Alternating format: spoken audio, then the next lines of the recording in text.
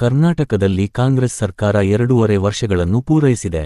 ಈ ಹಿನ್ನೆಲೆಯಲ್ಲಿ ಮುಖ್ಯಮಂತ್ರಿ ಸ್ಥಾನದ ಅಧಿಕಾರ ಹಂಚಿಕೆ ಕುರಿತು ರಾಜಕೀಯ ವಲಯದಲ್ಲಿ ಮತ್ತೆ ಚರ್ಚೆಗಳು ತೀವ್ರಗೊಂಡಿವೆ.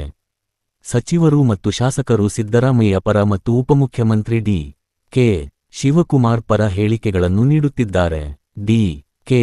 ಸುರೇಶ್ ಅವರು ಸಿದ್ದರಾಮಯ್ಯ ಕೊಟ್ಟ ಮಾತು ತಪ್ಪುವವರಲ್ಲ ಎಂದು ಪರೋಕ್ಷವಾಗಿ ಅಧಿಕಾರ ಹಂಚಿಕೆಯ ವಾಗ್ದಾನವನ್ನು ನೆನಪಿಸಿದ್ದಾರೆ. ಜನರು ಎಲ್ಲಿಯವರೆಗೆ ಅಪೇಕ್ಷೆ ಪಡುತ್ತಾರೋ ಅಲ್ಲಿಯವರೆಗೂ ಬಜೆಟ್ ಮಂಡನೆ ಮಾಡುವುದಾಗಿ ಸಿಎಂ ಸಿದ್ದರಾಮಯ್ಯ ಹೇಳಿದ್ದಾರೆ. ಇದು ಅವರು ಪೂರ್ಣಾವಧಿ ಮುಖ್ಯಮಂತ್ರಿಯಾಗಿ ಮುಂದುವರಿಯುವ ಇಂಗಿತವನ್ನು ವ್ಯಕ್ತಪಡಿಸಿದೆ. ನಾನು ಜೆಡಿಎಸ್ನಲ್ಲಿಯೇ ಇದ್ದಿದ್ದರೆ ಮುಖ್ಯಮಂತ್ರಿಯಾಗುತ್ತಿರಲಿಲ್ಲ. ಎಚ್. ಡಿ. ದೇವೇಗೌಡ ಮತ್ತು ಅವರ ಮಕ್ಕಳು ನನ್ನನ್ನು ಮುಖ್ಯಮಂತ್ರಿ ಮಾಡಲು ಬಿಡುತ್ತಿರಲಿಲ್ಲ ಎಂದು ಸಿದ್ದರಾಮಯ್ಯ ಹೇಳಿದ್ದಾರೆ.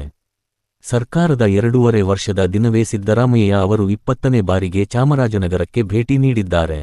ಬೆಂಗಳೂರಿನಲ್ಲಿ ನಡೆದ ದೊಡ್ಡ ದರೋಡೆ ಪ್ರಕರಣಕ್ಕೆ ಸಂಬಂಧಿಸಿದಂತೆ ದರೋಡೆಕೋರರನ್ನು ಶೀಘ್ರದಲ್ಲೇ ಪತ್ತೆ ಮಾಡಿ ಬಂಧಿಸಲಾಗುವುದು ಎಂದು ಸಿಎಂ ತಿಳಿಸಿದ್ದಾರೆ. ಸಚಿವ ಸಂಪುಟ ಪುನರ್ರಚನೆ ಕುರಿತು ದೆಹಲಿಯಲ್ಲಿ ಹೈಕಮಾಂಡ್ ಜೊತೆ ಚರ್ಚೆ ನಡೆಸುವುದಾಗಿ ಈ ಹಿಂದೆ ತಿಳಿಸಿದ್ದರೂ ಈ ಬಗ್ಗೆಯೂ ಕುತೂಹಲಕಾರಿ ಬೆಳವಣಿಗೆಗಳು ನಡೆಯುತ್ತಿವೆ. ಕರ್ನಾಟಕ ಕಾಂಗ್ರೆಸ್ ಸರ್ಕಾರ 2.5 ವರ್ಷ ಪೂರೈಸಿದ ಹಿನ್ನೆಲೆಯಲ್ಲಿ ಮುಖ್ಯಮಂತ್ರಿ ಸ್ಥಾನದ ಅಧಿಕಾರ ಹಂಚಿಕೆ ಕುರಿತು ರಾಜಕೀಯ ಚಟುವಟಿಕೆಗಳು ತೀವ್ರಗೊಂಡಿವೆ. ಡಿ. ಕೆ. ಶಿವಕುಮಾರ್ ಪರ ಸಚಿವರು ಮತ್ತು ಶಾಸಕರ ತಂಡ ಹೈಕಮಾಂಡ್ ಮೇಲೆ ಒತ್ತಡ ಹೇರಲು ದೆಹಲಿಗೆ ತೆರಳಿದೆ. ಇಂದು ಸಂಜೆ ಕಾಂಗ್ರೆಸ್ ರಾಷ್ಟ್ರೀಯ ಅಧ್ಯಕ್ಷ ಮಲ್ಲಿಕಾರ್ಜುನ ಖರ್ಗೆ ಅವರೊಂದಿಗೆ ಮತ್ತು ನಾಳೆ ನವೆಂಬರ್ 21ಕ್ಕೆ ಸಿ. ವೇಣುಗೋಪಾಲ್ ಅವರೊಂದಿಗೆ ಸಭೆ ನಿಗದಿಯಾಗಿದೆ. ಈ ನಡುವೆ ಸಿಎಂ ಸಿದ್ದರಾಮಯ್ಯ ಅವರು ಪೂರ್ಣಾವಧಿ ಮುಖ್ಯಮಂತ್ರಿಯಾಗಿ ಮುಂದುವರಿಯುವ ಇಂಗಿತ ವ್ಯಕ್ತಪಡಿಸಿದ್ದಾರೆ. ಇದು ಶಿವಕುಮಾರ್ ಬಣದಲ್ಲಿ ಮತ್ತಷ್ಟು ಚರ್ಚೆಗೆ ಕಾರಣವಾಗಿದೆ. ಬಮೂಲ್ ಅಧ್ಯಕ್ಷ ಮತ್ತು ಡಿ. ಕೆ. ಶಿವಕುಮಾರ್ ಸಹೋದರ ಡಿ. ಕೆ. ಸುರೇಶ್ ಮುಖ್ಯಮಂತ್ರಿ ಸಿದ್ದರಾಮಯ್ಯ ಅವರು ಎಂದು ಕೊಟ್ಟ ಮಾತನ್ನು ತಪ್ಪುವವರಲ್ಲ, ಅಣ್ಣನ ಶ್ರಮಕ್ಕೆ ಫಲ ಸಿಗುತ್ತೆ ಎಂದು ಹೇಳುವ ಮೂಲಕ ಪರೋಕ್ಷವಾಗಿ ಅಧಿಕಾರ ಹಂಚಿಕೆ ವಾಗ್ದಾನವನ್ನು ನೆನಪಿಸಿದ್ದಾರೆ. ಜನತಾದಳ ಜಾತ್ಯತೀತ ಪಕ್ಷವು ಅಸ್ತಿತ್ವಕ್ಕೆ ಬಂದು 25 ವರ್ಷ ಪೂರೈಸಿದ ಹಿನ್ನೆಲೆಯಲ್ಲಿ ನವೆಂಬರ್ 21 ಮತ್ತು 22ರಂದು ಬೆಂಗಳೂರಿನ ಜೆ. ಪಿ.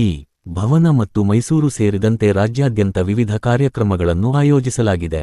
ಈ ಸಂದರ್ಭದಲ್ಲಿ ಪಕ್ಷದ ಹಿರಿಯ ನಾಯಕರು, ಕಾರ್ಯಕರ್ತರ ಸನ್ಮಾನ ಮತ್ತು ಪಕ್ಷದ ಸಾಧನೆಗಳ ಬಗ್ಗೆ ಜನರಿಗೆ ಅರಿವು ಮೂಡಿಸಲಾಗುವುದು ಎಂದು ಪಕ್ಷದ ನಾಯಕರು ತಿಳಿಸಿದ್ದಾರೆ. ಪಕ್ಷದ ಯುವ ಘಟಕದ ನಾಯಕ ನಿಖಿಲ್ ಕುಮಾರಸ್ವಾಮಿ ಅವರು ರಾಜ್ಯಾದ್ಯಂತ ಪ್ರವಾಸ ಕೈಗೊಂಡು ಪಕ್ಷವನ್ನು ಬಲಪಡಿಸುವ ನಿಟ್ಟಿನಲ್ಲಿ ಶ್ರಮಿಸುತ್ತಿದ್ದಾರೆ. ಪಕ್ಷದ ರಾಜ್ಯಾಧ್ಯಕ್ಷ ಸ್ಥಾನಕ್ಕೆ ನಿಖಿಲ್ ಅವರನ್ನು ಏರಿಸುವ ಬಗ್ಗೆಯೂ ಊಹಾಪೋಹಗಳು ಹರಿದಾಡುತ್ತಿವೆ ಮತ್ತು ಈ ವಾರಾಂತ್ಯದಲ್ಲಿ ನಡೆಯುವ ಸಭೆಯಲ್ಲಿ ಈ ಬಗ್ಗೆ ನಿರ್ಧಾರವಾಗುವ ಸಾಧ್ಯತೆಯಿದೆ.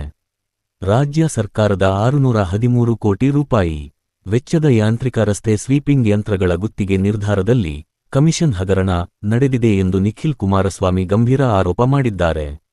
ಈ ಯಂತ್ರಗಳನ್ನು ಕಡಿಮೆ ಬೆಲೆಗೆ ಖರೀದಿಸಬಹುದಿತ್ತು, ಆದರೆ ಸರ್ಕಾರ ಬಾಡಿಗೆಗೆ ಪಡೆಯುವ ಮೂಲಕ ಸಾರ್ವಜನಿಕ ಹಣವನ್ನು ದುರುಪಯೋಗಪಡಿಸಿಕೊಳ್ಳುತ್ತಿದೆ ಎಂದು ಅವರು ಡಿಸಿಎಂ ಡಿ. ಕೆ. ಶಿವಕುಮಾರ್ ವಿರುದ್ಧ ಸವಾಲು ಹಾಕಿದ್ದಾರೆ. ಬೆಂಗಳೂರಿನಲ್ಲಿ ನಡೆದ 7 ಕೋಟಿ ರೂಪಾಯಿ ದರೋಡೆ ಪ್ರಕರಣಕ್ಕೆ ಸಂಬಂಧಿಸಿದಂತೆ ರಾಜ್ಯದಲ್ಲಿ ಕಾನೂನು ಮತ್ತು ಸುವ್ಯವಸ್ಥೆ ಸಂಪೂರ್ಣ ಹದಗೆಟ್ಟಿದೆ ಎಂದು ವಿಜಯೇಂದ್ರ ಅವರು ಕಾಂಗ್ರೆಸ್ ಸರ್ಕಾರದ ವಿರುದ್ಧ ತೀವ್ರ ವಾಗ್ದಾಳಿ ನಡೆಸಿದ್ದಾರೆ. ಮುಖ್ಯಮಂತ್ರಿ ಸ್ಥಾನದ ಕುರಿತು ಸಿದ್ದರಾಮಯ್ಯ ಮತ್ತು ಡಿ. ಕೆ. ಶಿವಕುಮಾರ್ ನಡುವೆ ನಡೆಯುತ್ತಿರುವ ಚರ್ಚೆಗಳ ಬಗ್ಗೆ ಪ್ರತಿಕ್ರಿಯಿಸಿದ ವಿಜಯೇಂದ್ರ, ಸಿಎಂ ಅಥವಾ ಸರ್ಕಾರ ಯಾರು ಬದಲಾದರೆ ಒಳ್ಳೆಯದು ಎಂದು ಪರೋಕ್ಷವಾಗಿ ವ್ಯಂಗ್ಯವಾಡಿದ್ದಾರೆ. ಅಲ್ಲದೆ ಸಿಎಂ ಹುದ್ದೆಯ ಆಕಾಂಕ್ಷಿಗಳ ಬಗ್ಗೆ ಮಾತನಾಡುತ್ತಾ ಡಿಕೆಶಿ ಮತ್ತು ಸಿದ್ದರಾಮಯ್ಯ ಮಧ್ಯೆ ಕೆಲವರು ಸಿಎಂ ಆಗಲು ಟವೆಲ್ ಹಾಕಿ ಕೂತಿದ್ದಾರೆ ಎಂದಿದ್ದಾರೆ. ಬಿಜೆಪಿ ರಾಜ್ಯಾಧ್ಯಕ್ಷರಾಗಿ 2 ವರ್ಷ ಪೂರೈಸಿದ ಹಿನ್ನೆಲೆಯಲ್ಲಿ ವಿಜಯೇಂದ್ರ ತಮ್ಮ ಕಾರ್ಯಶೈಲಿಯನ್ನು ಬದಲಾಯಿಸಿಕೊಂಡಿದ್ದು, ಹೈಕಮಾಂಡ್ ಸೂಚನೆಯಂತೆ ಹಿರಿಯ ನಾಯಕರ ವಿಶ್ವಾಸ ಗಳಿಸಲು ಮತ್ತು ಪಕ್ಷದ ಆಂತರಿಕ ಅಸಮಾಧಾನ ಶಮನಗೊಳಿಸಲು ಮುಂದಾಗಿದ್ದಾರೆ. ಈ ನಿಟ್ಟಿನಲ್ಲಿ ಅವರು ಪ್ರಮುಖ ನಾಯಕರ ಮನೆಗಳಿಗೆ ಭೇಟಿ ನೀಡುತ್ತಿದ್ದಾರೆ. ಮಾಜಿ ಪ್ರಧಾನಿ ಅಟಲ್ ಬಿಹಾರಿ ವಾಜಪೇಯಿ ಅವರ ಜನ್ಮಶತಾಬ್ದಿ ಅಂಗವಾಗಿ ಪುತ್ತೂರಿನಲ್ಲಿ ನಡೆದ ದಕ್ಷಿಣ ಕನ್ನಡ ಜಿಲ್ಲಾ ಮಟ್ಟದ ಅಟಲ್ ವಿರಾಸತ್ ಕಾರ್ಯಕ್ರಮದಲ್ಲಿ ವಿಜಯೇಂದ್ರ ಪಾಲ್ಗೊಂಡಿದ್ದರು. ಬೆಂಗಳೂರಿನಲ್ಲಿ ಇತ್ತೀಚೆಗೆ ನಡೆದ 7.11 ಕೋಟಿ ರೂಪಾಯಿ ನಗದು ದರೋಡೆ ಪ್ರಕರಣಕ್ಕೆ ಸಂಬಂಧಿಸಿದಂತೆ ಆರೋಪಿಗಳ ಸುಳಿವು ಸಿಕ್ಕಿದೆ ಎಂದು ಗೃಹ ಸಚಿವ ಡಾ. ಜಿ. ಪರಮೇಶ್ವರ್ ತಿಳಿಸಿದ್ದಾರೆ. ಆರೋಪಿಗಳು ಕೃತ್ಯಕ್ಕೆ ನಕಲಿ ನಂಬರ್ ಪ್ಲೇಟ್ಗಳನ್ನು ಹೊಂದಿರುವ ವಾಹನಗಳನ್ನು ಬಳಸಿದ್ದಾರೆ ಮತ್ತು ರಾಜ್ಯದಿಂದ ಹೊರಗೆ ಹೋಗಿದ್ದಾರೆಯೇ ಎಂಬ ಬಗ್ಗೆ ತನಿಖೆ ನಡೆಯುತ್ತಿದೆ ಎಂದಿದ್ದಾರೆ. ಶೀಘ್ರದಲ್ಲೇ ಅವರನ್ನು ಬಂಧಿಸಲಾಗುವುದು ಎಂದು ಭರವಸೆ ನೀಡಿದ್ದಾರೆ. ಈ ಬಗ್ಗೆ ವಿರೋಧ ಪಕ್ಷದ ನಾಯಕ ಟಿ. ಎ. ಶರವಣ ಅವರು ಆಕ್ರೋಶ ವ್ಯಕ್ತಪಡಿಸಿದ್ದು, ರಾಜ್ಯದಲ್ಲಿ ಗೃಹ ಇಲಾಖೆ ಇದೆಯಾ ಎಂದು ಪ್ರಶ್ನಿಸಿದ್ದಾರೆ. ಕರ್ನಾಟಕ ಕಾಂಗ್ರೆಸ್ ಸರ್ಕಾರ 2.5 ವರ್ಷ ಪೂರೈಸಿದ ಹಿನ್ನೆಲೆಯಲ್ಲಿ ಮುಖ್ಯಮಂತ್ರಿ ಸ್ಥಾನದ ಅಧಿಕಾರ ಹಂಚಿಕೆ ಬಗ್ಗೆ ನಡೆಯುತ್ತಿರುವ ಚರ್ಚೆಗಳ ಕುರಿತು ಪ್ರತಿಕ್ರಿಯಿಸಿದ್ದಾರೆ. ನಾಯಕತ್ವ ಬದಲಾವಣೆ ಅಥವಾ ಸಂಪುಟ ಪುನರ್ರಚನೆ ಬಗ್ಗೆ ಹೈಕಮಾಂಡ್ ಇದುವರೆಗೆ ಯಾವುದೇ ನಿರ್ಧಾರ ತೆಗೆದುಕೊಂಡಿಲ್ಲ ಎಂದು ಅವರು ಸ್ಪಷ್ಟಪಡಿಸಿದ್ದಾರೆ. ಹೈಕಮಾಂಡ್ ಸೂಚನೆ ನೀಡಿದಾಗ ಮಾತ್ರ ಈ ವಿಷಯಗಳಿಗೆ ಮಹತ್ವ ಬರುತ್ತದೆ ಎಂದಿದ್ದಾರೆ. ಧರ್ಮಸ್ಥಳ ಪ್ರಕರಣದ ತನಿಖೆ ನಡೆಸುತ್ತಿರುವ ವಿಶೇಷ ತನಿಖಾ ತಂಡ ಎಸ್ಐಟಿ ವರದಿಯನ್ನು ಸರ್ಕಾರಕ್ಕೆ ಸಲ್ಲಿಸಲಿದೆ ಮತ್ತು ಮುಂಬರುವ ಬೆಳಗಾವಿ ಅಧಿವೇಶನದಲ್ಲಿ ವರದಿಯ ಅಂಶಗಳನ್ನು ಮಂಡಿಸಲಾಗುವುದು ಎಂದು ಪರಮೇಶ್ವರ್ ಹೇಳಿದ್ದಾರೆ.